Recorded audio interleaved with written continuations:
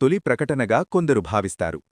ఆయనతో పర్షియా ప్రపంచశక్తిగా ఎదిగింది. సాసానియన్ రాజులు మరియు ఇస్లాం ఆవిర్భావం.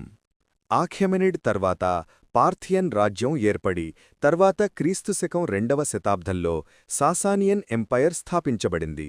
సాసానియన్ రాజులు జరోస్త్రియన్ మతాన్ని రాజమతంగా ప్రోత్సహించారు.